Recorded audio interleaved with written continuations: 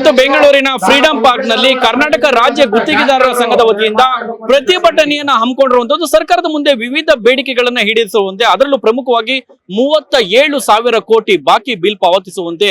So ಇವತ್ತು ಏನು ಗುತ್ತಿಗೆದಾರರ ಸಂಘದ ಸಾಕಷ್ಟು ರಾಜ್ಯದ ಬೇರೆ ಬೇರೆ ಜಿಲ್ಲೆಗಳಿಂದ ಬೇರೆ ಬೇರೆ ಭಾಗಗಳಿಂದ ನೀವು ಈ ದೃಶ್ಯಗಳಲ್ಲಿ ಕಾಣ್ತಾ ಇದ್ರಿ. ಸಾಕಷ್ಟು ಜನ ನೌಕರರು ಗುತ್ತಿಗೆದಾರರು ಇಲ್ಲಿ ಬಂದು ಇವತ್ತು ಬೆಂಗಳೂರಿನ ಫ್ರೀಡಂ ಪಾರ್ಕ್ ನಲ್ಲಿ ಪ್ರೊಟೆಸ್ಟ್ ಮಾಡ್ತಾ ಇರುವಂತದ್ದು 37,000 ಕೋಟಿ ಬಾಕಿ ಬಿಲ್ ಅನ್ನ ಪಾವತಿ ಮಾಡಿ ಎನ್ನುವಂತ ಬೇಡಿಕೆಯನ್ನು ಕೂಡ ಮುಂದಿಟ್ಟಿದ್ದಾರೆ. ನೀವು ಇಲ್ಲಿ ಏನ್ ಈ ದೃಶ್ಯಗಳಲ್ಲಿ ನೋಡ್ತಾ ಇದ್ದೀರಲ್ಲ, ಸಾಕಷ್ಟು ಜನ ರಾಜ್ಯದ, ನಾನು ಆಗ್ಲೇ ಹೇಳಿದಾಗೆ ರಾಜ್ಯದ ಮೂಲೆ ಮೂಲೆಗಳಿಂದಲೂ ಕೂಡ ಗುತ್ತಿಗೆದಾರರು ಬಂದಿರುವಂತದ್ದು ನೋಡಿ. 40%, 60% ಯಾವುದೇ ಸರ್ಕಾರ ಬಂದ್ರೂ ಕೂಡ ಗುತ್ತಿಗೆದಾರರನ್ನ ಕುತ್ತಿಗೆ ಹಿಂಡುವಂತ ಒಂದು ಭ್ರಷ್ಟಾಚಾರಕ್ಕೆ ಅವರನ್ನೇ ಆಹ್ವಾನಿಸುವಂತ ಕೆಲಸವನ್ನ ಸಾಕಷ್ಟು ಜನ ಅಧಿಕಾರಿಗಳ ವರ್ಗ ಆಗಿರ್ಬೋದು ಅಥವಾ ರಾಜಕೀಯ ವರ್ಗ ಆಗಿರ್ಬೋದು ಗುತ್ತಿಗೆದಾರರನ್ನ ಶೋಷಣೆ ಮಾಡುವಂತ ಕೆಲಸವನ್ನ ನಿರಂತರವಾಗಿ ಮಾಡ್ತಾ ಬಂದಿರುವಂತದ್ದು. ಇದನ್ನ ನಾವ್ ಹೇಳ್ತಾ ಇರುವಂತ ಮಾತಲ್ಲ, ಸ್ವತಃ ಗುತ್ತಿಗೆದಾರರ ಸಂಘದ ಅಧ್ಯಕ್ಷರು ಏನ್ ಹೇಳ್ತಾರೆ, ಜೊತೆಲಿ ಗುತ್ತಿಗೆದಾರರು ಇಲ್ಲಿ ಬಂದಿರುವಂತ ಗುತ್ತಿಗೆದಾರರು ತಮ್ಮ ಅಳಲನ್ನ ಹೇಗೆ ತೋಡ್ಕೊಳ್ತಾರೆ ಅದನ್ನ ತೋರಿಸ್ತಾ ಹೋಗ್ತೀವಿ ನೋಡಿ. ಏನಾಗಿದೆ ಅಂದ್ರೆ 37,000 ಕೋಟಿ ಪೆಂಡಿಂಗ್ ಬಿಲ್ ಇದೆಲ್ಲ ಕೊಡ್ಬೇಕು ಅಂತಾನೆ ನಾವು ಹೋರಾಟ ಮಾಡ್ತಾ ಇದ್ದೀವಿ. ಸುಮಾರು 15,000 ರಿಂದ 20,000 ಜನ ಇವತ್ತು ಸೇರ್ಕೊಂಡಿದ್ದಾರೆ.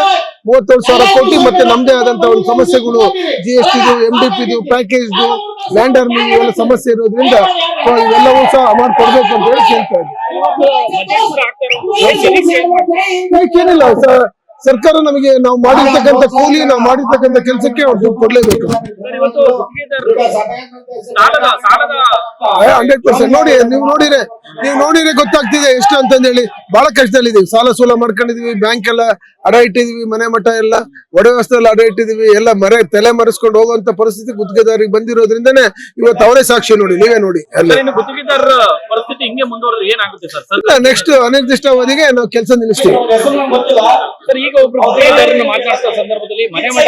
ಹೌದು, 100% ಮನೆ ಮಠ ಮಾರಿದೀವಿ, ನಾವೇ ಎಲ್ಲ ಡಿಫಾಲ್ಟ್ ಆಗಿದೀವಿ. ಕುಂತಿರ್ತಕ್ಕಂಥ ಎಲ್ಲರೂ ಸಹ ಡಿಫಾಲ್ಟ್ ಆಗಿ ಇವರೊಬ್ಬರು ಬಿಟ್ಟು.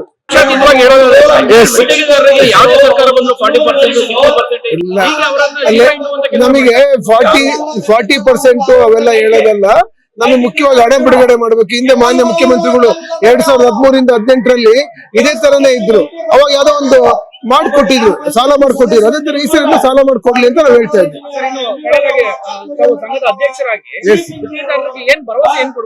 ಡೆಫಿನೆಟ್ ಹೋರಾಟದ ಮುಖಾಂತರ ಗುತ್ತಿಗೆದಾರ ಸಮಸ್ಯೆಗಳು ಬಗೆಹರಿಸ್ತೀವಿ.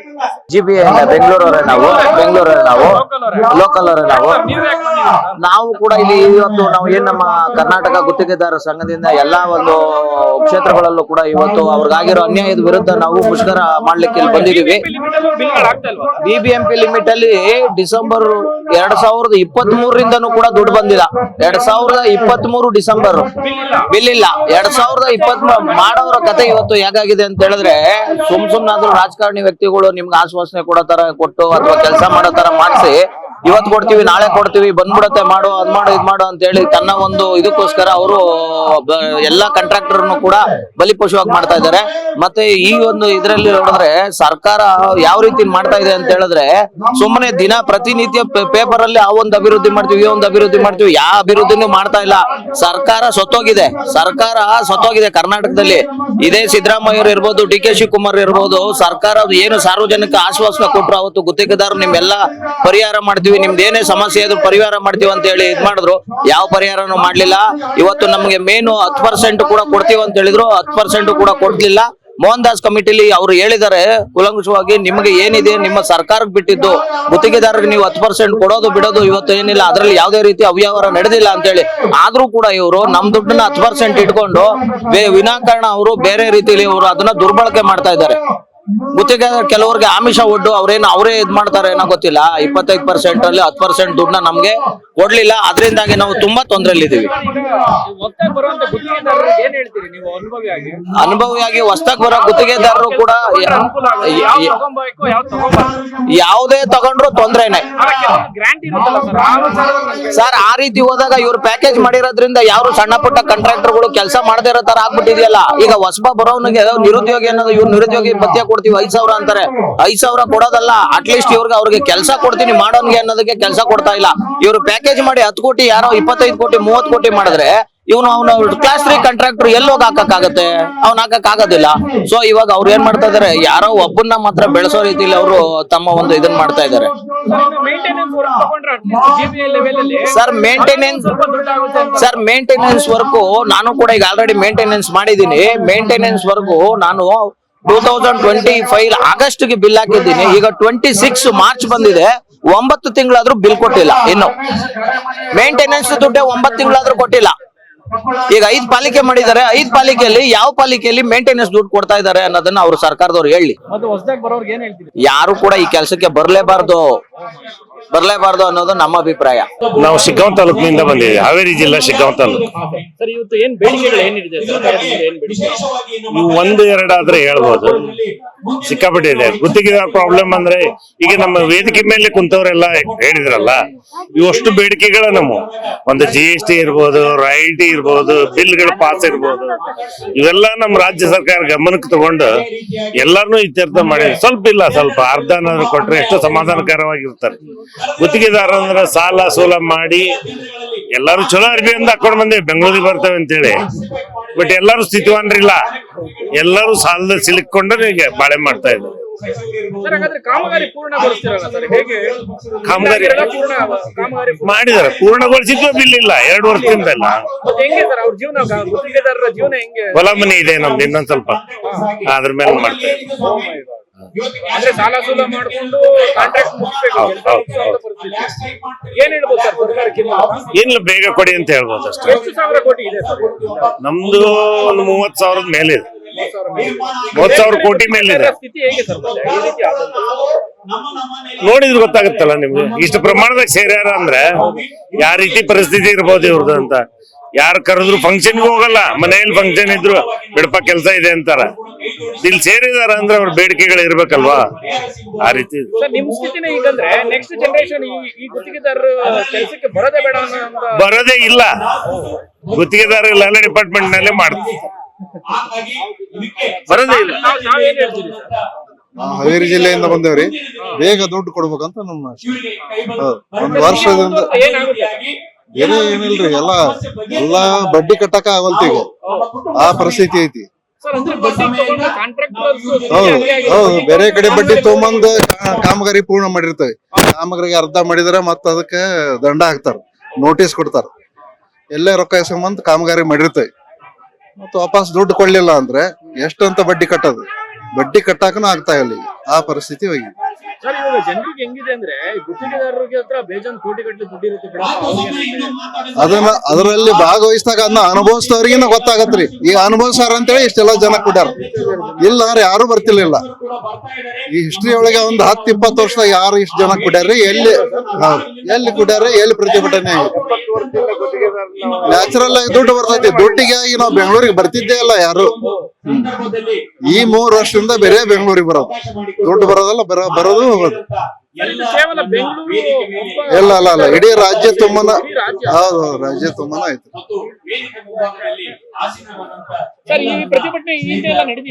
ಇಲ್ಲ, ಪ್ರತಿಭಟನೆ ಅಲ್ಲ ಇದೆ. ನಾವು ಗುತ್ತಿಗೆದಾರ ಸಂಘದಿಂದ ಸರ್ಕಾರಕ್ಕೆ ಕೇಳ್ಕೊಳ್ತಾ ಇದೀವಿ. ಪ್ರತಿಭಟನೆ ಅಂದ್ರೆ ಬೇರೆ, ಮತ್ತೆ ನಾವು ಮಾಡಿದ ದುಡ್ಡು ಕೊಡಿ, ಅನುದಾನಗಳನ್ನ ಬಿಡುಗಡೆ ಮಾಡಿ. ಯಾರ ಮೇಲೂ ಅಪಾದನೆ ಇಲ್ಲ ನಮ್ದು. ಯಾಕೆ ಹೇಳಿ, ಸರ್ಕಾರ ಅಂದ್ಮೇಲೆ ಎಲ್ಲ ನಮ್ದೇ ಅಲ್ವಾ. ಸರ್, ಗುತ್ತಿಗೆದಾರ ಆಗ್ಬಿಟ್ರೆ ಕೋಟಿಗಟ್ಟಲೆ ದುಡ್ಡು ಮಾಡ್ಬೋದು ಅನ್ನೋ ಭಾವನೆ ಇದೆ ಸರ್ ಜನರಲ್ಲಿ ಭಾವನೆ. ಅವಾಗ ಏನೋ ಹಳೆ ಇದು ಇತ್ತು, 50 ವರ್ಷದ ಹಿಂದ್ಗಡೆ ಇತ್ತು. ಅವಾಗೆಲ್ಲ ಕರಪ್ಷನ್ ಅಂತ ಎಲ್ಲ ಬಹಳ ಇದ್ದಿದ್ದಿಲ್ಲ. ಅವಾಗೆಲ್ಲ ದುಡ್ಡು ಮಾಡಿದ್ದಾರೆ. ಈಗೆಲ್ಲ ನಾವು ಬಂದು ಈಗ ಒಂದ್ 30 ವರ್ಷ ಆಯ್ತು. ಎಲ್ಲ ಕೆಲಸ ಮಾಡ್ಲಿಕ್ಕೆ ನಮ್ಗೆ 4 ವರ್ಷ ಆಯ್ತು. ಬಹಳ ಕಷ್ಟದಲ್ಲಿ ಇದ್ದೇವೆ ಈಗ. ಗುತ್ತಿಗೆದಾರರು ಏನು ಅಂತ ಕೋಟಿ ಗಂಟೆ ಅಂತ ನೋಡ್ಲಿಕ್ಕೆ ಬಟ್ಟೆ ಹಾಕೊಂಡ್ಬರ್ತಾರೆ, ಅದಕ್ಕೆ ದುಡ್ಡು ಕೊಡ್ತಾರೆ. ಸಾಲ ಈಗ ಯಾರು ದುಡ್ಡು ಕೊಡ್ತಾನೆ ಇಲ್ಲ. ಹರಕಂಗೆ ಹಾಕೊಂಡ್ರೆ ನಮ್ಗೆ ದುಡ್ಡು ಯಾರು ಕೊಡ್ತಾರೆ? ಕೆಲಸ ಟೆಂಡರ್ ತಗೊಂಡ್ಬಿಟ್ಟಿರ್ತೇವೆ, ಅವ್ನ್ ಮಾಡ್ಲಿಕ್ಕೆ ತೊಂದರೆ ಆಗಲ್ವಾ? ಅದಕ್ಕೆ ನಾವು ಬಟ್ಟೆ ಹಾಕೊಂಡ್ ಬಂದಿರ್ತೇವೆ ಅಷ್ಟೇ. ಈಗ ಬಹಳ ತೊಂದರೆ ಐತಿ. ಅದಕ್ಕೆ ಸರ್ಕಾರಕ್ಕೆ ನಾವು ಕೈ ಮುಗಿದು ಬೇಡ್ಕೋತೇವಿ. ಸಾಲಗಾರ ಮನೆಗೆ ಬರ್ತಾರೆ, ಅದಕ್ಕೆ ಕೊಡ್ತೇವಪ್ಪ ಅಂತ ಹೇಳಲಿಕ್ಕೆ ಸ್ವಲ್ಪ ಧೈರ್ಯ ಬೇಕಲ್ಲ. ಅದಕ್ಕೆ ಬಹಳ ತೊಂದರೆಯಿಂದ ನಾವು ಜೀವನ ಇದು ನಡೀತಾ ಇದೆ. ಸರ್ಕಾರಕ್ಕೆ ಕಳಕಳಿಂದ ನಾವು ಬೇಡಿಕೆ ಅಂತ ನಮ್ಮ ದುಡ್ಡನ್ನ ನಮ್ಗೆ ಕೊಡಿ ಅಂತ ನಾವು ಕೇಳ್ತಾ ಇದ್ವಿ. ಓಕೆ. ಸರ್ ಈಗ ತಾವೇನ್ ಹೇಳ್ತೀರಿ ಸರ್, ಕಾಂಟ್ರಾಕ್ಟರ್ಸ್ ಹತ್ರ ಒಳ್ಳೆ ಕೋಟಿಗಟ್ಟಲೆ ದುಡ್ಡು ಇರುತ್ತೆ ಕಣ್ರೀ. ಯಾವ ಕಾಂಟ್ರಾಕ್ಟರ್ ದುಡ್ಡಿಲ್ರಿ, ಕೋಟಿ ಗಂಟೆ ಸಾಲ ಮಾಡ್ಕೊಂಡಾರ. ಆದ್ರೆ ಇಲ್ದ್ರು ಸದ್ಯಕ್ಕೆ ಇದ್ದಾರಂಗ ನಾಟಕ ಮಾಡ್ತಾರ ಕಾಂಟ್ರಾಕ್ಟರ್. ಯಾಕಂದ್ರ ಸಾಲ ಕೊಟ್ಟವ್ರು ಏನ್ ಮಾಡ್ತಾರ, ಬೆನ್ನ ಹತ್ತಾರ ಮನಿಗ್ ಬಂದು. ಇಲ್ಲ ಅಂದ್ರ ಒಳ್ಳೆ ಹಿಂಗೆ ಹಾಕ್ಯಂದು ಒಳ್ಳೆ ಕಾರ್ ತಗೊಂಡಿಲ್ಲ, ಸಾಲ ಮಾಡ್ಕೊಂಡಾರ, ಇವ್ರು ದಿವಾಳಿ ಆಗ್ಯಾನ್ರಿ ಅಂತ ಮನಿ ಮಲಿ ಬಂದು ಕೂತ್ಕೊಂಡ್ ಇದು ಮಾಡ್ತಾರ ಅಂದ್ ಚಲೋ ಬಟ್ಟಿ ಚಲೋ ಕಾರ್ ಅಡ್ಯಾಡ್ತಾರ. ಅಷ್ಟ ಬಿಟ್ಟು ಬೇರೆ ಏನಿಲ್ಲ, ಎಲ್ಲಾ ಸಾಲಗಾರ ಕಾಂಟ್ರಾಕ್ಟರ್. ನೋಡಾಕ್ ಮಾತ್ರ ಚಂದ ಇರ್ತಾರ, ಇಲ್ಲ ಚಂದ ಇಲ್ಲ ಅಂದ್ರೆ ನಡೆಯೋದಿಲ್ಲ ಪರಿಸ್ಥಿತಿ. ಶರ್ಟ್ ಬಿಟ್ರೆ ಬೇರೆ ಬಟ್ಟೆನೇ ಹಾಕಲ್ಲ. ಹೌದು, ಅದ್ ಹಾಕ್ಲಿಲ್ಲ ಅಂತ ಸಾಲ ಕೊಡೋದಿಲ್ಲ. ಸಾಲ ಕೊಟ್ಟರು ಸೋಮಿ ಬಿಡುದು ಮಾಡಲ್ಲ. ಅವ್ರ ಸಲುವಾಗಿನ ಗಾಡಿ ರೋಡ್ ಕೊಟ್ಟು ಬಂಗಾರ ತಗೊಂಡ್ರೆ ಹಾಕ್ಯಂದ್ ಅಡ್ಡಾಡ್ಬೇಕು ನಾವು. ಆ ಪರಿಸ್ಥಿತಿ ಐತಿ ಕಾಂಟ್ರಾಕ್ಟರ್ದು. ಇಲ್ಲ ಅಂದ್ರೆ ಸಾಲ ಕೊಡೋದಿಲ್ಲ. ಕೊಟ್ಟರು ದಿವಾಳಿಗೆ ಇವನ್ ಮನಿ ಹೆಂಗಪ್ಪ ಅಂತ ಮನೆಗೆ ಬರ್ತಾರ. ಸರ್ಕಾರಕ್ಕೆ ಏನ್ ಆಗ್ರಹ ಮಾಡ್ಬೇಕು? ಏನಿಲ್ಲ, ನಾವು ಮಾಡಿದ ಕೆಲಸ ನಮಗೆ ಪೇಮೆಂಟ್ ಮಾಡಿ ಸಾಕವ್ರು. ನಾವೇನ್ ಹೆಚ್ಚಿನ ಕೇಳೋದಿಲ್ಲ. ನಾವ್ ಏನ್ ಕೆಲಸ ಮಾಡಿ ನಾವ್ ಮಾಡಿ ಕೂಲಿ ಕೊಟ್ರೆ ಸಾಕವ್ರು. ಹಿಂಗೆ ಮುಂದುವರೆದ್ರೆ ಏನಾಗುತ್ತೆ ಸರ್, ಕಾಂಟ್ರಾಕ್ಟರ್ಸ್ಗಳ ಜೀವನ ಏನಾಗುತ್ತೆ? ಏನಾಗತ್ತೆ, ಮುಂದೆ ಬಿಡೋದಿಲ್ಲ. ಮತ್ ಮುಂದೆ ಇದು ಕೊಟ್ಟು ಸರಿ ಮಾರ್ಚ್ ಒಳಗ, ಇಲ್ಲ ಅಂದ್ರೆ ಮತ್ತೆ ಮುಂದೆ ಏಪ್ರಿಲ್ ಇಂದ ಮತ್ತೆ ಪ್ರತಿಭಟನೆ ಮಾಡಿ ನಾವು ಚಾಲು ಮಾಡ್ತೇವೆ. ಸರ್, ನಾನು ಹಿರೇಕೆರೆ ತಾಲೂಕು ಹಾವೇರಿ ಜಿಲ್ಲಾ ಕಾಂಟ್ರಾಕ್ಟರ್ ಸಂಘದ ಉಪಾಧ್ಯಕ್ಷನ ಕೆಲಸ ಮಾಡ್ತಾ ಇದೀನಿ. ನನ್ನ ಹೆಸರು ಪ್ರಕಾಶ್ ಗೌಡ ಪಿ ಗೌಡ್ರ ಅಂತ ಹೇಳಿ. ಈ ಪ್ರತಿಭಟನೆ ಯಾಕೆ ಸರ್? ನಾನು ಸುಮಾರು 20 ವರ್ಷದಿಂದ ಈ ಗುತ್ತಿಗೆದಾರ ಕೆಲಸ ಮಾಡ್ತಾ ಇದ್ದೀನಿ. ಇವತ್ತಿನ ಸರ್ಕಾರ ಈಗ ಹಿಂದೆ ನಾವು 1 ವರ್ಷದ ಹಿಂದ್ಗಡೆ ಸಮಾವೇಶ ಮಾಡಿದ್ವಿ, ಮಾನ್ಯ ಸಿದ್ದರಾಮಯ್ಯವ್ರಲ್ಲಿ ಕರೆಸಿದ್ವಿ. ಅವಾಗ ಅವ್ರೊಂದು ಮಾತು ಹೇಳಿದ್ರು, ಬಿಜೆಪಿ ಅವ್ರು ತಪ್ಪು ಮಾಡ್ಯಾರ, ಸುಮಾರು 30,000 ಕೋಟಿ ಪ್ರೋಗ್ರಾಮ್ ಅನ್ನ ಫೈನಾನ್ಸ್ ಅನುಮತಿ ಪಡೆದಂಗ ತಗೊಂಡ್ರ, ಅದಕ್ಕೆ ನಮ್ಗೆ ತೊಂದರೆ ಆಗೈತೆ ಅಂತ ಹೇಳಿದ್ರು. ಇವತ್ತು ಈ ಸರ್ಕಾರದವರು ಇದೇ SHTP ಪ್ರೋಗ್ರಾಮ್ ಅನ್ನ 5,000 ಕೋಟಿ ರೂಪಾಯಿ ಪ್ರೋಗ್ರಾಮ್ ಸಿದ್ದರಾಮಯ್ಯ ಅವ್ರು ಕೊಟ್ರ. ಇವತ್ತು ಅದಕ್ಕೆ 10% ಪೇಮೆಂಟ್ ಕೊಟ್ಟಿಲ್ಲ. 1.5 ವರ್ಷ ಆಗಿದೆ. ಎಲ್ಲ ಗುತ್ತಿಗೆದಾರರು ಕೆಲಸ ಮಾಡ್ಯಾರ. ಮತ್ತೆ ಅವ್ರು ಮಾಡಿದ ತಪ್ಪು ಇವ್ರು ಯಾಕೆ ಮಾಡ್ತಾದಾರ? ಅವ್ರ ತಪ್ಪನ್ನು ಎತ್ತಿ ಹೇಳೋರು ಇವ್ರು ಯಾಕೆ ಮಾಡ್ತಾದಾರ? ಒಂದು, ಇವತ್ತು ಸರ್ಕಾರದ ಅಭಿವೃದ್ಧಿ ಒಳಗ ಕಾಂಟ್ರಾಕ್ಟರ್ ಶಿವ ಪಾಲಿರುತ್ತೆ. ಇವತ್ತು ಏನಾರ ಒಂದು ರೋಡ್ ಮಾಡೇನಿ ಅಂತ ಶಾಸಕ ಹೇಳ್ತಾನೆ ಅಂದ್ರೆ ಅದಕ್ಕೆ ಸಂಪೂರ್ಣ ದುಡ್ಡು ಹಾಕಿ ಮಾಡೋರು ನಾವು. ಇವತ್ತು ಬ್ಯಾಂಕಿನವ್ರನ್ನ ನೌಕರದಾರ ಸಲುವರು ನಾವು. ಇವತ್ತು ರಿಸರ್ವ್ ಬ್ಯಾಂಕಿಗೆ ದುಡ್ಡು ಕೊಡೋರು ನಾವು. ಇವತ್ತು ಒಬ್ಬೊಬ್ಬ ಕಾಂಟ್ರಾಕ್ಟರ್ 50 ಲಕ್ಷ 1 ಕೋಟಿವರೆಗೂ ಬಡ್ಡಿ ಕಟ್ಟಾರ. ಆ ದುಡ್ಡನ್ನು ನಾವು ಕಟ್ಟಲೇಬೇಕು. ಇವತ್ತು ಬ್ಯಾಂಕ್ ನಲ್ಲಿ ನಮಗೆ ಓಡಿ ರಿನ್ಯೂವಲ್ ಆಗ್ತಾ ಇಲ್ಲ. ಇವತ್ತು ಸಾಲದ ಪರಿಸ್ಥಿತಿ ವಜ್ಜಾಗಿದೆ. ಮನ್ಯಾಗ ಎಲ್ಲ ಹೆಣ್ಣು ಮಕ್ಕಳು ಬಂಗಾರ ಅಷ್ಟು ಬ್ಯಾಂಕ್ನಾಗ ಅದಾವ. ಇವತ್ತು ನಮ್ದು ಗುತ್ತಿಗೆದಾರರ ಸಂಘದ ಜೊತೆಗೆ ಸಾಲಗಾರರ ಸಂಘ ಅನ್ನುವಂತ ಒಂದು ಪರಿಸ್ಥಿತಿ ನಮ್ದಾಗಿದೆ. ಗುತ್ತಿಗೆದಾರರ ಸಂಘ ಅನ್ನೋದ್ರ ಜೊತೆಗೆ ನಾವು ಸಾಲಗಾರರ ಸಂಘ. ಇವತ್ತು ಗುತ್ತಿಗೆದಾರರಿಗೆ ಹೆಣ್ಣು ಕೊಡೋದ ಪರಿಸ್ಥಿತಿ ಇದೆ. ಸಾಲ ಅಂತೂ ದೇವರಾಣಿ ಮಾಡಿ ಯಾರು ಕೊಡಲ್ಲ. ಯಾಕಂದ್ರೆ ವರ್ಷಗಟ್ಟಲೆ ಬಡ್ಡಿ ಕಟ್ಟಕ್ಕಾಗಿಲ್ಲ. 2 ವರ್ಷಗಟ್ಟಲೆ ಸುಳ್ಳು ಹೇಳ್ತೀವಿ. ಪರಿಸ್ಥಿತಿ ನನಗೆ ಪಂಚಾಯತಿ ಬಂದವು 25 ಲಕ್ಷ ಇಸ್ಕೊಂಡು ಒಬ್ಬ ಕಾಂಟ್ರಾಕ್ಟರ್ ಪಾಪ ಕೊಡಬಾರ್ದಂತ ಉದ್ದೇಶ ಇಲ್ಲ. ಇವತ್ತು ನಮ್ಮ ಸಂಬಂಧಿಕರು ಸುಮಾರು 2 ವರ್ಷದಿಂದ ಸಾಲ ಕೊಡಕ್ ಆಗ್ತಾ ಇಲ್ಲ. ಇಂಥ ಪರಿಸ್ಥಿತಿ ಒಳಗೆ ಇವರು ಬಂದು ವೇದಿಕೆ ಮೇಲೆ ಹೇಳಿ ಇವತ್ತು ಯಾಕೆ ಕೊಡ್ತಾರ? ದುಡ್ಡಿಲ್ಲ, ಪ್ರೋಗ್ರಾಮ್ ಕೊಡಕ್ಕಾಗಲ್ಲ, ಬಿಟ್ಬಿಡಿ. ಇವತ್ತು ಪ್ರತಿ ದಿವಸ 1,000 ಕೋಟಿ ಸಾಲ ತಗೊಂತಾರೆ ರಿಸರ್ವ್ ಬ್ಯಾಂಕ್ ನಿಂದ. ಇವರು ಈ ಕ್ವಾರ್ಟರ್ಲಿ 93,000 ಕೋಟಿ ಸಾಲ ತಗೊಂತಾರ. ಇವತ್ತು 20 ದಿವಸ ಸಾಲ ನಮ್ಗೆ ಕೊಡ್ಲಿ, 20 ದಿವಸ ಸಾಲ ತಕ್ಕ ನಮ್ಗೆ ಕೊಡ್ಲಿಲ್ಲ, ಮತ್ತೆ ನಮಗೆ ಪ್ರೋಗ್ರಾಮ್ ಕೊಡಲ್ಲ, ಮಾಡಿಕೊಡ್ತೀವಿ. ಏನ್ ಇವರು ಬಂದ ಮೇಲೆ ಇವತ್ತು ಉದಾಹರಣೆ ನಾವೆಲ್ಲ ಭಾಗ್ಯಗಳನ್ನು ಕೊಟ್ಟಿವಿ, 5 ಗ್ಯಾರಂಟಿಗಳನ್ನು ಕೊಟ್ಟಿವಿ. ಆಯ್ತು ಸ್ವಾಮಿ, ನಾವು ಒಪ್ಕೋತೀವಿ. ಇವತ್ತು 1 ವರ್ಷದಲ್ಲಿ 2.5 ವರ್ಷದಲ್ಲಿ 2.5 ಲಕ್ಷ ಕೋಟಿ ಸಾಲ ತಗೊಂಡಿರಲ್ಲ, ಆ ದುಡ್ಡು ಇವತ್ತು 1 ವರ್ಷಕ್ಕೆ 55,000 ಕೋಟಿ ರೂಪಾಯಿ ಆದಾಯ ಹೆಚ್ಚಿಗೆ ಮಾಡ್ರಿ. ಇವತ್ತು ಒಂದು ಉತ್ತಾರ ಇರ್ಬೋದು, ಒಂದು ರೇವಣಿ ಸರ ಇರ್ಬೋದು, ಇವತ್ತು ಒಂದು ಟ್ರಾನ್ಸ್ಫರ್ ಇರ್ಬೋದು ರೈತರಿಂದ. ಇವತ್ತು ರೈತರಿಗೆ ಏನು ಕೊಡಕ್ಕಾಗಿಲ್ಲ. ಇವತ್ತು ಡೀಸೆಲ್ ನಮ್ಮ ಕರ್ನಾಟಕ ಸ್ಟೇಟ್ ನಲ್ಲಿ ಬೇರೆ ಸ್ಟೇಟ್ ಕಂಪೇರ್ ಮಾಡ್ರೆ 5 ರೂಪಾಯಿ ಹೆಚ್ಚಿಗೆ ಮಾಡ್ರ, ಪೆಟ್ರೋಲ್ 5 ರೂಪಾಯಿ ಹೆಚ್ಚಿಗೆ ಮಾಡ್ರ. ಇದೆಲ್ಲ ಯಾರು ಹೊರೆ? ಇವತ್ತು ಲಕ್ಷಾಂತರ ಕೋಟಿ ರೂಪಾಯಿ. ಇವತ್ತು ನೋಡ್ರಿ 8 ಲಕ್ಷ ಕೋಟಿ ಸಾಲ ಆಗಿದೆ. ಇವತ್ತು ಸಿದ್ದರಾಮಯ್ಯನವರು ಸ್ವತಂತ್ರ ಇತಿಹಾಸದಲ್ಲಿ ಮಾಡಿದಂತ ಎಲ್ಲಾ ಮುಖ್ಯಮಂತ್ರಿ ಮಾಡಿದ ಸಾಲಗಿಂತ ಹೆಚ್ಚಿನ ಸಾಲವನ್ನು ಮಾಡ್ಯಾರ. 8 ವರ್ಷ ಇವ್ರದ್ದು 5 3 8 ವರ್ಷದಲ್ಲಿ ದುಡ್ಡು ಎಲ್ಲಿ ಹೋಯ್ತು? ಸರ್ಕಾರಕ್ಕೆ ದುಡ್ಡು ಎಲ್ಲಿ ಹೋಯ್ತು? ಈಗ ಈ ಕ್ವಾರ್ಟರ್ 93,000 ಕೋಟಿ ತಗೊಂತಾರ. ಈಗ ನಮಗೆ ಒಂದೊಂದು ದಿವಸಕ್ಕೆ 1,000 ಕೋಟಿ ತಗೊಂಡ್ರು ರಿಸರ್ವ್ ಬ್ಯಾಂಕ್ ನಿಂದ. ನಮಗೆ ಕೊಡ್ಲಿಲ್ಲ, 20 ದಿವಸ ನಮಗೆ ಸಂಬಳ ಕೊಡ್ಲಿ. ಕಾಂಟ್ರಾಕ್ಟರ್ ಅಂದ್ರೆ ಏನು? ಈ ಕಾಂಟ್ರಾಕ್ಟರ್ ದಾರಿ ತಪ್ಪಿಸೋರು ಯಾರು? ರಾಜಕಾರಣಿಗಳು, ಅಧಿಕಾರಿಗಳು. ಹಿರಿಯ ಗುತ್ತಿಗೆದಾರರಾಗಿ ಯಾವ ಸರ್ಕಾರ ಬಂದ್ರು ಕೂಡ 40% ಸರ್ಕಾರ 60% ಸರ್ಕಾರ ಅಂತ ಹೇಳಿ ಈ ಗುತ್ತಿಗೆದಾರರ ಜೀವ ಹಿಂಡುವಂತ ಕೆಲಸ ಮಾಡ್ತಾರಲ್ಲ, ನೀವೇನ್ ಹೇಳ್ತೀರಿ ಸರಿ? ಒಂದ್ ಮಾತು ನಾ ಹೇಳೋದಾದ್ರೆ, ಇವ್ರು ಏನೇ ಒಂದು ಹೊಸ ಪ್ರೋಗ್ರಾಮ್ ಮಾಡೋದಾಗ್ಲಿ ಏನೇ ಮಾಡೋದಾದ್ರೆ ನಮ್ ಗುತ್ತಿಗೆದಾರ ಕರೆದು ಮೀಟಿಂಗ್ ಮಾಡಿ ಮಾಡ್ಬೇಕು. ಇವತ್ತು GST ನಮ್ಗೆ 18% ಬೇಡ, ನಮ್ಗೆ 12% ಕೊಡ್ಲಿ. ನಾವ್ ಇವತ್ತು GST ಲಂಚ ಕೊಡ್ಬೇಕು. ಇವತ್ತು ಗ್ರಾಸ್ ಅಮೌಂಟ್ 1 ಕೋಟಿ ರೂಪಾಯಿ ರಿಲೀಸ್ ಮಾಡೋದೈತಿ ಅಂದ್ರೆ ಅದ್ರ 18% GST ಇರುತ್ತೆ. ಆ ದುಡ್ಡಿಗೆ ನಾವು ಸಂಬಂಧ ಲಂಚ ಕೊಡ್ಬೇಕು. ನಮ್ಗೆ ಯಾವ ನ್ಯಾಯ? ನಮ್ಮನ್ನು ಕಳವಡ ಕಸ್ತಾರ ಅವರು. ಇವತ್ತು ಪಾರದರ್ಶಕವಾಗಿ ಇವತ್ತು ನಮಗೆ GST ಅವಶ್ಯಕತೆ ಇಲ್ಲ, ನಮ್ಗೆ 12% ಅಷ್ಟೇ ಕೊಡ್ಲಿ. ಇಲ್ಲ 8% ನಮ್ಗೆ ತುಂಬಿಸ್ಕೊಂಡ್ಬಿಡ್ಲಿ. ಇವತ್ತು ನಾವು GST ನ ಆಫೀಸರ್ಸ್ ಎಲ್ಲ ನಮ್ಮ ವೀಕ್ನೆಸ್ ಗಳನ್ನ ಕಂಡಿಡಿದು ಇವತ್ತು ಸಿಕ್ಕಾಪಟ್ಟೆ ಶೋಷಣೆ ಮಾಡ್ತಾರ. ಇವತ್ತು ಎಷ್ಟು ಮಂದಿ GST ಅಲ್ಲಿ ಹೋದಾಗ ಕೌಂಟ್ ಮಾಡೋದು, ನಿಂದ 10 ಲಕ್ಷ ಕಟ್ಟೋದು ಬರ್ತೈತೆ ಅಂತ ಹೇಳೋದು, ನೀ 2 ಲಕ್ಷ ಲಂಚ ಕೊಡು, ನಿನ್ಗೆ 6 ಲಕ್ಷ ಕಟ್ಟಂಗ್ ಮಾಡ್ತೀನಿ. ಇದು ಯಾವ ನ್ಯಾಯ ಸರ್? ಇದು ಯಾವ ನ್ಯಾಯ? ಸರ್ಕಾರ ದುಡ್ಡು ಸಹಕರಿಸಿ ತಿಂದ್ರಿ ಅನ್ನೋ ಪರಿಸ್ಥಿತಿ ಆಗಿದೆ. ಸರ್ಕಾರ ದುಡ್ಡು ಸಹಕರಿಸಿ ತಿಂದ್ರಿ. ಇದು ಪಾರದರ್ಶಕವಾದಂತ ಆಡಳಿತ ನ್ಯಾಯ ಮಾಡಕ್ಕಾಗತ್ತ? ಸಿದ್ದರಾಮಯ್ಯನವರು ಗುಡ್ ಲೀಡರ್, ನಾವು ಒಪ್ಪಿಗೆಂತೀವಿ. ಇವತ್ತು 5 ಲೀಡರ್ ಅಂತ ಹೇಳ್ತಾರೆ. ಇವತ್ತು ಸರಾಯ 13,000 ಕೋಟಿ ಆದಾಯ ಹೆಚ್ಚಿಗೆ ಮಾಡ್ಯಾರ. ಯಾರು ಕುಡಿತಾರ ಸರಾಯ ಹೆಚ್ಚಿಗೆ? ಯಾರು ಸರ್ವೆ ಮಾಡಿಸ್ರಿ? ಅವರು ಕರ್ನಾಟಕದಲ್ಲಿ ಸರ್ವೆ ಮಾಡಿಸ್ಲಿ ಯಾರು ಸರಾಯ ಹೆಚ್ಚಿಗೆ ಕುಡಿತಾರ. ಇವತ್ತು ಗುಜರಾತ್ ನಲ್ಲಿ ಸರಾಯಿ ನಿಷೇಧ ಮಾಡಿಲ್ವಾ? ಇವತ್ತು ಇಂಟರ್ನ್ಯಾಷನಲ್, ಇವತ್ತು ನ್ಯಾಷನಲ್ ಅವ್ರು ಟೆಂಡರ್ ಕರೀತಾರ. ಇವತ್ತು 25% 30% ಬಿಲೋ ಟೆಂಡರ್ ಮಾಡ್ತಾರ. ಇವತ್ತು ಅವ್ರು ಮಾಡಿ ಕಾಂಟ್ರಾಕ್ಟರ್ ಬದುಕಿಲ್ವಾ? ಬದುಕ್ಯಾರ. ಇವತ್ತು ಬಿಲ್ ಹೋದ್ರೆ 15 ದಿವಸಕ್ಕೆ ಪೇಮೆಂಟ್ ಕೊಡ್ತಾರ. ಲಂಚ ಇಲ್ಲ. ಇವತ್ತು ಉತ್ತರ ಪ್ರದೇಶದಲ್ಲಿ ನಮ್ಮ ದೋಸ್ತರು ಬಂದಿದ್ರು, ಅವ್ರು ಹೇಳಿದ್ರು ನಾವು ಎಸ್ಟಿಮೇಟ್ ಪ್ರೋಗ್ರಾಮ್ ತಗೊಂಡಿದ್ದೆ 80% ಲಂಚ ಇಲ್ಲ ಅಲ್ಲಿ ಅಂತ. ಇದು ಸಿದ್ದರಾಮಯ್ಯ ಗೊತ್ತಿಲ್ವ? ಎಲ್ಲ ಗೊತ್ತಿದೆ. ಆದ್ರೆ ಅವರು ನಮ್ಮ ಅಧಿವೇಶನದಲ್ಲಿ ಹೇಳಿದ್ರು ಭ್ರಷ್ಟಾಚಾರ ಒಮ್ಮೆಗೆ ನಿಲ್ಸಕ್ಕಾಗಲ್ಲ, ಹಂತವಾಗಿ ನಿಲ್ಸು ಸ್ವಾಮಿ, ಹಂತವಾಗಿ ನಿಲ್ಸ್ಬೇಕಲ್ಲ. ಹಂತವಾಗಿ ಹೆಚ್ಚಿಗೆ ಆಗ್ತಾ ಇದೆ. ಇದು ಯಾವ ನ್ಯಾಯ ಇದೆ? ಇವತ್ತು ಗುತ್ತಿಗೆದಾರ ಅಂದ್ರೆ ಅದೇನ್ ಹೇಳಿದ್ರಲ್ಲ, ಕಾರ್ಡರ್ ನೋಡಿದ್ರ ಪರಿಸ್ಥಿತಿ ಆಗಿದೆ. ನಿಮ್ಗೆ ಏನ್ ಕಡಿಮೆ ಆಗಿದೆ? ಏನ್ ದೊಡ್ಡ ಕಾರ ಏನ್ ಹೇಳ್ತೀರಿ? ದೊಡ್ಡ ಮನಿ ಕಟ್ಟಿರಿ, ನೀವು ಬೇಕಾದಂಗ್ ಮಾಡ್ಕೊಂಡಿರಿ ಅಂತ. ನಮ್ ಸಾಲ ಎಷ್ಟಿದೆ, ನಾವ್ ಎಷ್ಟು ಮಂದಿ ಸಲುತ್ತೀವಿ. ಇವತ್ತು ಹಿಂದಿನ ಸರ್ಕಾರ ಕೆಂಪಣ್ಣವರು 40% ಸರ್ಕಾರ ಅಂತ ಹೇಳಿ ದೊಡ್ಡ ಪ್ರಮಾಣದ ಬಿಂಬಿಸಿ ಸರ್ಕಾರ ಬಂದಿದೆ ಇವ್ರದ್ದು. ಇವತ್ತು ಇವ್ರು ಏನಾದ್ರೂ ನಮ್ ಗುತ್ತಿಗೆದಾರ ನೆಗ್ಲೆಕ್ಟ್ ಮಾಡ್ಲಿ, ಮುಂದಿನ ದಿನಗಳಲ್ಲಿ ಅವ್ರಿಗಾದಂತ ಪರಿಸ್ಥಿತಿಗಿಂತ ಹೆಚ್ಚಿಗೆ ಪರಿಸ್ಥಿತಿ ಅನುಭವಿಸ್ತಾರೆ. ಇದು 100% ಸತ್ಯ ಇದೆ. ಬೇಕಾದ್ರೆ ಅವ್ರು ಬರ್ಕೊಳ್ಳಿ. ಬೇಡ ಮೀಟಿಂಗ್ ಕರಿಲ್ಲ ನಮ್ಗೆ. ಏನ್ ಲಂಚ ಕಡಿಮೆ ಮಾಡ್ಬೇಕು, ಏನ್ ಮಾಡ್ಬೇಕು ನಮ್ಮ ಮೊದಲು ಕರಿಲ್ಲ. ನಾವು ಹೇಳ್ತೀವಿ ಏನ್ ಮಾಡ್ಬೇಕು ಅಂತ. ಸರ್ ಗುತ್ತಿಗೆದಾರಿಗೆ ಲಾಭ ಬೇಡ, ನಮಗೆ ಇಷ್ಟು % ಲಾಭ ಅಂದ್ರೆ ನಾವು ಖುಷಿ ಪಡ್ತೇವೆ, ಹೆಮ್ಮೆ, ಓಕೆ. ನಮ್ಗೆ ಬೇಡ, ನಾವು ಲಂಚ ಕೊಡ್ಬೇಕು ಅನ್ನೋದಕ್ಕೆ ನಾವು ಎಕ್ಸೆಪ್ಟ್ ಮಾಡ್ತೇವೆ ಅಷ್ಟೇ. ಇಂಥ ಪರಿಸ್ಥಿತಿ ನಮ್ದಾಗಿದೆ ಇವತ್ತು. ಅದಕ್ಕೆ ನಮ್ಮ ಅಧ್ಯಕ್ಷರಿಗೆ ಹೇಳಿ ನಾನು ಮೆಸೇಜ್ ಕೊಟ್ಟೇನೆ. ಈಗ ಏನಂತ, ಇವತ್ತು ಸಾಲ ತಗೊಳ್ತಾ ಇದ್ರಿ, ದಯಮಾಡಿ ನೀವು ಅದ್ರ 20 ದಿವಸ ಸಾಲ ನಮಗೆ ಕೊಡಿ ಸ್ವಾಮಿ. ಹೌದಾ? ಮುಂದಿನ ದಿನಗಳಲ್ಲಿ ನೀವು ಮತ್ತೆ ನಾವು ಪ್ರೋಗ್ರಾಮ್ ಕೊಡಿ, ನಾವು ಮಾಡಿಕೊಡ್ತೀವಿ ಅಂತ ನೀವು ಹೇಳ್ರಿ ಅಂತ ಹೇಳಿ. ಬಿಜಾಪುರ ಜಿಲ್ಲೆಯ ಗುತ್ತಿಗೆದಾರರು, ಸಣ್ಣ ಪುಟ್ಟ ಗುತ್ತಿಗೆದಾರರು ಈಗಾಗಲೇ ಕೃಷ್ಣ ಭಾಗ್ಯ ಜಲಗದಲ್ಲಿ ಕಾಮಗಾರಿಗಳು, ಮೇಂಟೆನೆನ್ಸ್ ಕಾಮಗಾರಿಗಳು, ಮಣ್ಣು ತೆಗೆಯೋದು, ಹೂಳು ತೆಗೆಯೋದು, ನೀರು ಮೇಂಟೆನೆನ್ಸ್ ಎಲ್ಲ ಮಾಡಿ 1 ಲಕ್ಷದಿಂದ 5 ಲಕ್ಷವರೆಗೆ ಕಾಮಗಾರಿ ಮಾಡಿದ್ದಾರೆ. 1 ವರ್ಷದ ಹೋದ ಮಾರ್ಚ್ನಿಂದ ಈ ಮಾರ್ಚ್ವರೆಗೆ ಪೇಮೆಂಟ್ ಆಗ್ತಾ ಇಲ್ಲ. ಸಣ್ಣ ಪುಟ್ಟ ಗುತ್ತಿಗೆದಾರರ ಪರಿಸ್ಥಿತಿ ಈ ತರ ಆದ್ರೆ ದೊಡ್ಡ ಗುತ್ತಿಗೆದಾರ ಪರಿಸ್ಥಿತಿ ಹೇಗೆ? ಇದರಿಂದ ಬಹಳ ನೊಂದು ಹೋಗಿದೆ. ಸಾಕಷ್ಟು ಸಾಲ ಈ ಕುರಿತು MD ಸಲುವಾಗಿ MD ಅವರಿಗೆ ನಾವು ಸಾಕಷ್ಟು ಬಾರಿ ಮನವಿ ಕೊಟ್ಟಿದ್ದೆವು. ಮನವಿ ಕೊಟ್ಟರು ಏನದಲ್ಲ ಯಾವುದು ಪ್ರಯೋಜನವಾಗಿಲ್ಲ. ಅವ್ರು ಆಲ್ರೆಡಿ ಕಾಲುವೆ ವೀಕ್ಷಣೆ ಬಂದಾಗ ನಾವೆಲ್ಲ ಮನವಿ ಕೊಟ್ಟೆವು. ಆನಂತರ ಇಲ್ಲಿ ಬಂದು MD ಆಫೀಸ್ ಬೆಂಗಳೂರು ತನಕ ಬಂದು ಮನವಿ ಕೊಟ್ಟರು ಯಾವುದು ಉಪಯೋಗ ಆಗಿಲ್ಲ. ಇನ್ನೂವರೆಗೆ ಪೇಮೆಂಟ್ ಆಗ್ತಾ ಇಲ್ಲ. ಬರೀ ಕೇಳಿದ್ರೆ ಇಂದು ಕೊಡ್ತೇವೆ, ನಾಳೆ ಕೊಡ್ತೇವೆ, ಮಾರ್ಚ್ ಕೊಡ್ತೇವೆ, ಮುಂದೆ ಫೆಬ್ರವರಿ ಕೊಡ್ತೇವೆ, ಇದೇ ಹೇಳ್ತಾ ಇದ್ದಾರೆ ಅವರು. ಕೊಡುವುದು ಯಾವಾಗ? ಕೇವಲ 1 ಲಕ್ಷ ರೂಪಾಯಿ ಅಮೌಂಟ್ ಕೊಡ್ತಾ ಇಲ್ಲ ಅಂದ್ರೆ ಮುಂದೆ ದೊಡ್ಡ ಕೋಟಿಗಟ್ಟಲೆ ಇದ್ದಿದ್ದಕ್ಕೆ ಯಾವ ಕೊಡ್ತಾರೆ ಅವರು?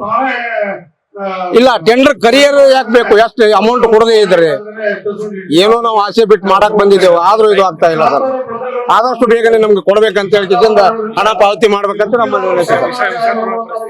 ಗುತ್ತಿಗೆದಾರರು. ಈಗ ನಿಮ್ಗೆ ಹೇಳ್ಬೇಕಂದ್ರೆ ಸಣ್ಣ ಪುಟ್ಟ ಗುತ್ತಿಗೆದಾರರು ವಿಷ ಸೇವಿಸುವ ಪರಿಸ್ಥಿತಿ ಬಂದಿದೆ. ಗುತ್ತಿಗೆದಾರ ಪರಿಸ್ಥಿತಿ ಆ ತರ ಆಗಿದೆ. ಸಾಲಗಾರ ಮನೆಗೆ ಗಿರಿಕಿ ಹೊಡಿತಾ ಇದ್ದಾರೆ. ಅವ್ರಿಗೆ ನಾವು ಮಾರಿ ತಪ್ಪದೆ ಊರ್ ಬಿಡ್ಬೇಕಾಗಿದೆ. ಈ ಸ್ಥಿತಿಯನ್ನು ಎದುರಿಸಬೇಕಾಗಿದೆ. ಅದಕ್ಕೆ ಏನದಲ್ಲ, ಆದಷ್ಟು ಬೇಗನೆ ಹಣ ಪಾವತಿ ಮಾಡಲು ನಮ್ಮಲ್ಲಿ ಮತ್ತೊಮ್ಮೆ ಮನವಿ ಏನಂತ ಎಲ್ಲ ಗುತ್ತಿಗೆದಾರರ ಪರವಾಗಿ ಮಾತಾಡೋದೇನಂದ್ರ, ಸಣ್ಣ ರೈತರ ಪರಿಸ್ಥಿತಿ ಏನದಪ್ಪ ಅದಂದ್ರ ಕೇವಲ 1 ಲಕ್ಷ ವರ್ಕ್ ಮಾಡದಲ್ಲಿ 10% ಪೇಮೆಂಟ್ ಮಾಡ್ತಾ ಇದ್ದಾರೆ. 1 ಲಕ್ಷಕ್ಕ 10% ಅಂದ್ರ 10,000 ಪೇಮೆಂಟ್ ಮಾಡ್ತಾ ಇದ್ದಾರೆ. 10,000 ಒಂದು ಮಷಿನ್ ಲೇಬರ್ ಪೇಮೆಂಟ್ ಆಗ್ತಾ ಇಲ್ಲ. ಹಿಂಗಾಗಿ 1 ಲಕ್ಷದ ಪರಿಸ್ಥಿತಿ ಈ ರೀತಿ ಅದ. 1 ಕೋಟಿ ಗಟ್ಲೆ ಮಾಡಿದವ್ರ ಪರಿಸ್ಥಿತಿ ಏನದ? ಎಲ್ಲಾ ಸಣ್ಣ ಕಾಂಟ್ರಾಕ್ಟರ್ ಹಿಡ್ಕೊಂಡು ದೊಡ್ಡ ಕಾಂಟ್ರಾಕ್ಟರ್ ತನ ಪೇಮೆಂಟ್ ಮಾಡ್ಬೇಕು. ಈ ಗೌರ್ಮೆಂಟ್ ಟೆಂಡರ್ ಕರ್ದಾರ ಇವ್ರು ಹೇಳ್ತಾರ, ಆ ಗೌರ್ಮೆಂಟ್ ಟೆಂಡರ್ ಕರ್ದಿನಂತ ಅವ್ರು ಹೇಳ್ತಾ ಇದ್ದಾರೆ. ಆ ಪಕ್ಷ ಈ ಪಕ್ಷ ನಮಗೇನು ಸಂಬಂಧ ಇಲ್ಲ. ನಾವು ಕಾಂಟ್ರಾಕ್ಟರ್, ನಾವು ವರ್ಕ್ ಮಾಡ್ತಾ ಇದ್ದೇವೆ, ಅದಕ್ಕಾಗಿ ನಾವು ಹಣ ಕೇಳ್ತಾ ಇದ್ದೇವೆ. ಅದಕ್ಕೆ ನಮ್ದು ಒಟ್ಟ ಪೇಮೆಂಟ್ ಇಮಿಡಿಯೇಟ್ಲಿ ಪೇಮೆಂಟ್ ಮಾಡಬೇಕು.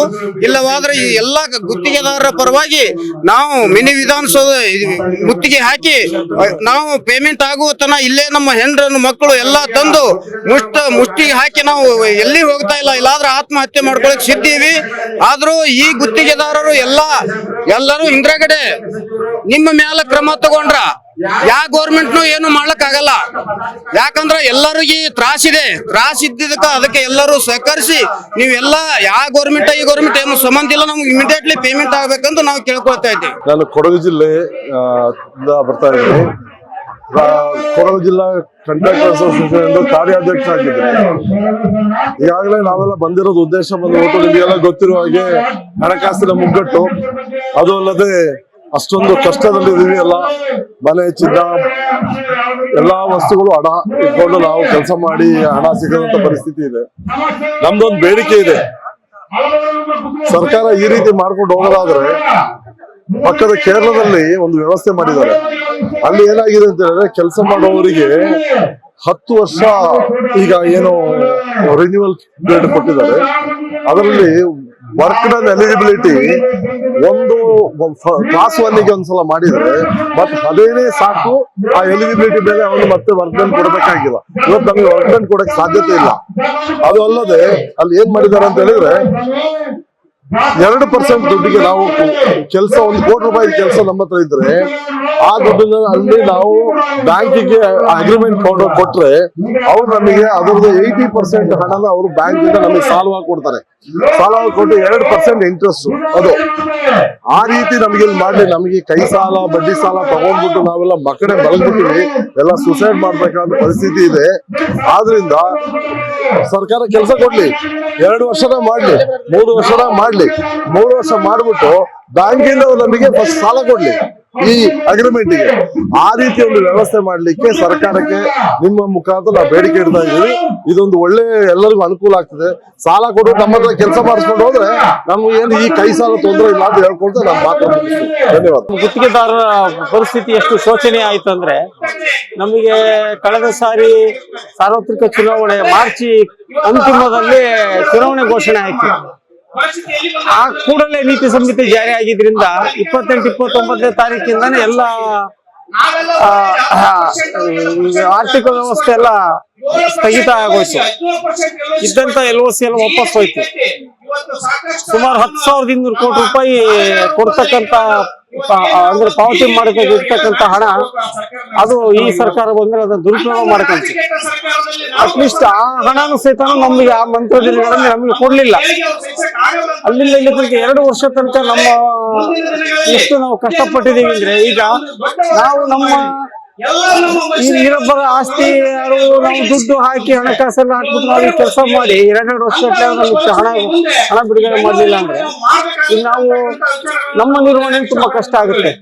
ಆಮೇಲೆ ಅಭಿವೃದ್ಧಿ ಅನ್ನೋದು ಎಲ್ಲೂ ಆಗ್ತಾ ಇಲ್ಲ, ಹೊಸ ವರ್ಕ್ಸ್ ಇಲ್ಲ. ಇದರಿಂದ ನಮ್ಗೆ ಎಷ್ಟು ಸಮಸ್ಯೆ ಆಗುತ್ತೆ ಅಂದ್ರೆ, ವರ್ಕ್ ಆರ್ಡರ್ಸ್ ಇಲ್ಲ, ಕಾಮಗಾರಿ ಅದು ಟೆಂಡರ್ ಕರಿತಾನೆ ಇಲ್ಲ ಇವರು.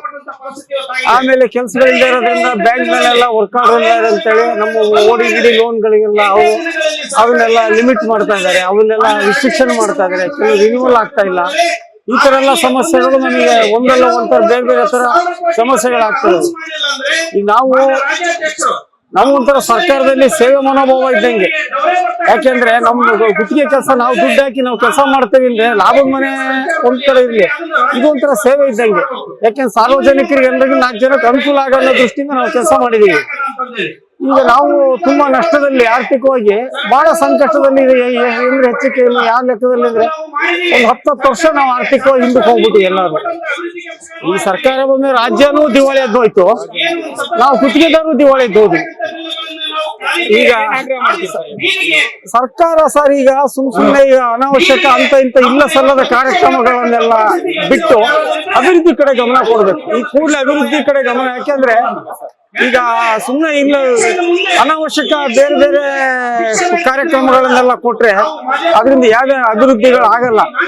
ಈಗ ವಿಷನ್ 2047 ಅಂತ ಹೇಳ್ಬಿಟ್ಟು ಒಂದು ಮೋದಿಯವರು ಒಂದು ಇದು ಇಟ್ಕೊಂಡಿದ್ದಾರೆ, ಒಂದು 25 ವರ್ಷದ್ದು ಭಾರತದ ಬಗ್ಗೆ ಮುಂದೆ ಏನು ಎತ್ತ ಅಂತ ಹೇಳ್ಬಿಟ್ಟು ಒಂದು ಮುಂದೆ ದೇಶ ಬಗ್ಗೆ ಯುವಜನತೆನ ಒಂದು ಪ್ರೇರೇಪಿಸಲಿಕ್ಕೆ ಒಂದು ಹೊಸ ಒಂದು ಕಾರ್ಯಕ್ರಮ ಹಮ್ಮಿಕೊಂಡಿದ್ದಾರೆ. ಈಗ ಆ ನಿಟ್ಟಿನಲ್ಲಿ ನಾವು ಎಲ್ಲ ನೋಡ್ಬೇಕಂದ್ರೆ, ಈಗ ಯುವಜನತೆ ಸಬಲೀಕರಣ ಆ ತರಕ್ಕೆ ಸಂಬಂಧಪಟ್ಟಂಗೆ ಈ ತರದೆಲ್ಲ ಕಾರ್ಯಕ್ರಮಗಳು ಅದೊಂಥರ ಇದ್ರೆ ಒಂಥರ ಆಗ್ತದೆ. ಇವರು ಅದು ಬಿಟ್ಟು ಸುಮ್ಮನೆ ಇಲ್ಲ ಸಲ್ಲದ ಎಲ್ಲ, ಆಮೇಲೆ ಅದನ್ನು ನೆಟ್ಟು ಕೊಡ್ತಾ ಇಲ್ಲ. ಹೇಳ್ತಾರಷ್ಟೇ, ಅದು ಇದು ಗ್ಯಾರಂಟಿ ಆ ಗ್ಯಾರಂಟಿ ಅದು ಅಂತ ಯಾವುದೇ ರೀತಿ ಕಾರ್ಯಕ್ರಮಗಳನ್ನು ಇವರು ಯಶಸ್ವಿಯಾಗಿ ಮಾಡ್ತಾ ಇಲ್ಲ. ಈ ಕೂಡಲೇ ನಮ್ಮ ಹಣ ಬಿಡುಗಡೆ ಮಾಡಬೇಕು ಅಂತ ನಾವು ಸರ್ಕಾರಕ್ಕೆ ಆಗ್ರಹಿಸ್ತೇವೆ.